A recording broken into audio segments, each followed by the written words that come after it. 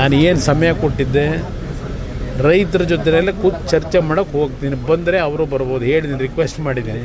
ಬಂದರೆ ಒಳ್ಳೆಯದು, ಇದು ಸ್ಮೂತಾಗಿ ಆಗಬೇಕು.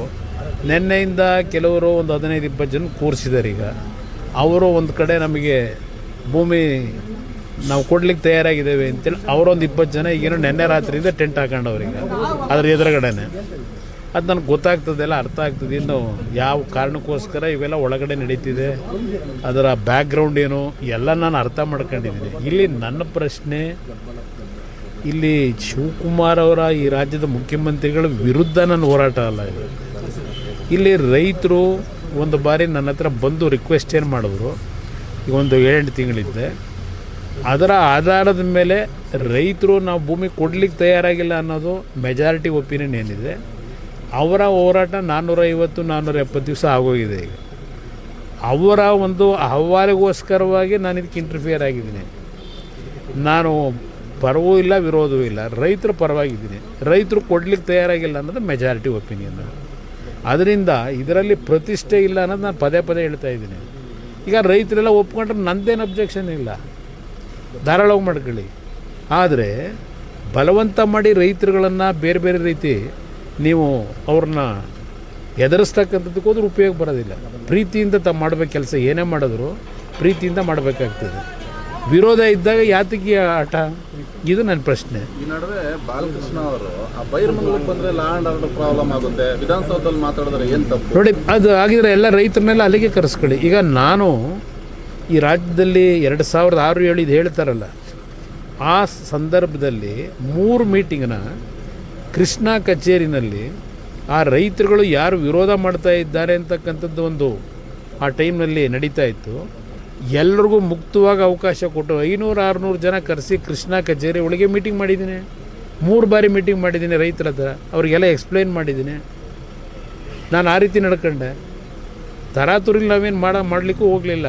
ರೈತರದ್ದು ವಿರೋಧ ಜೊತೆಗೆ ಈಗ ಇವರು ಕಾಂಗ್ರೆಸ್ನ ನಾಯಕರುಗಳೇ ಆ ಟೈಮಲ್ಲಿ ಏನೇನು ವಿರೋಧ ಮಾಡಿ ಅಸೆಂಬ್ಲಿ ಒಳಗೆ ಚರ್ಚೆ ಮಾಡೋರು ದಾಖಲೆ ಇದೆ.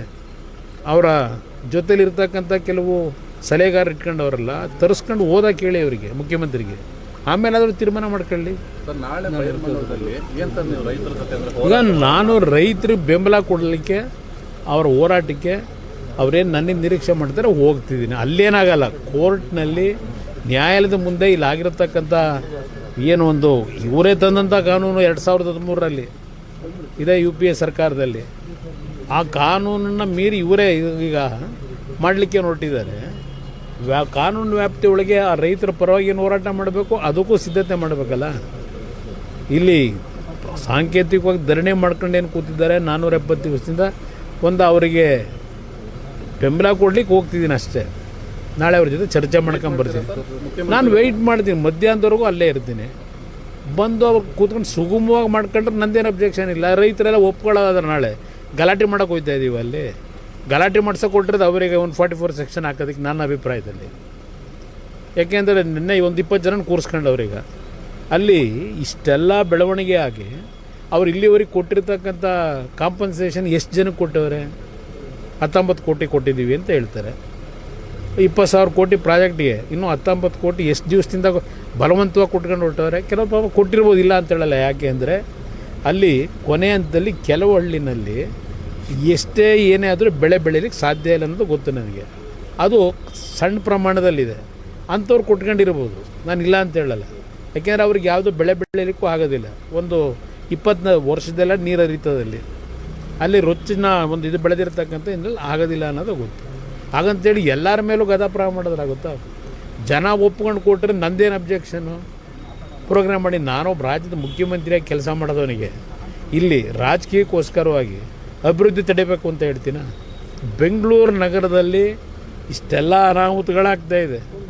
ಇಷ್ಟೆಲ್ಲ ಇದ್ದು ಇಲ್ಲಿ ನೀವು ಸರಿಪಡಿಸ್ಲಿಕ್ಕೆ ಹೋಗಿದೆ, ಮತ್ತು ಇನ್ನೊಂದು ನಗರ ಸೃಷ್ಟಿ ಮಾಡ್ತೀವಿ ಅಂತ ಹೋದರೆ ನಗಲುವ ಯಾರಾದ್ರೂ ಇದೇ ಇರುತ್ತೆ. ಇಲ್ಲಿ ಅದು ಎಂಥದ್ದು ವಾಚ್ ಅಂತ ಹೇಳಿದ್ರು 80 ಲಕ್ಷ ಅಂತ ಯಾರೋ ನೆನ್ನೆ ಹೇಳ್ಕೊಂಡವ್ರೆ. ಇಲ್ಲಿ ಸ್ವಲ್ಪ ಒಂಚೂರು ನೋಡಿ ಯಾವ ವಾಚು ಅಂತೇಳಿ, ಏನೋ 75 ಲಕ್ಷದೋ 80 ಲಕ್ಷದೋ ಅಂತ. ಇಲ್ಲಿ ಅಂಬೇಡ್ಕರ್ ಅವರ ಚಿತ್ರ ಇರತಕ್ಕಂಥ ವಾಚ್ ಇದು, HMT ವಾಚ್. ಬಂದು ಯಾರನ್ನಾದ್ರು ಕಳಿಸ್ಬಿಟ್ಟು ಇವರು ಎಂಥದ್ದು SIT ಇಟ್ಕೊಂಡವ್ರಲ್ಲ, ಚೆಕ್ ಮಾಡಿ ತಗೊಂಡೋಗಿ ಕೇಳಿ.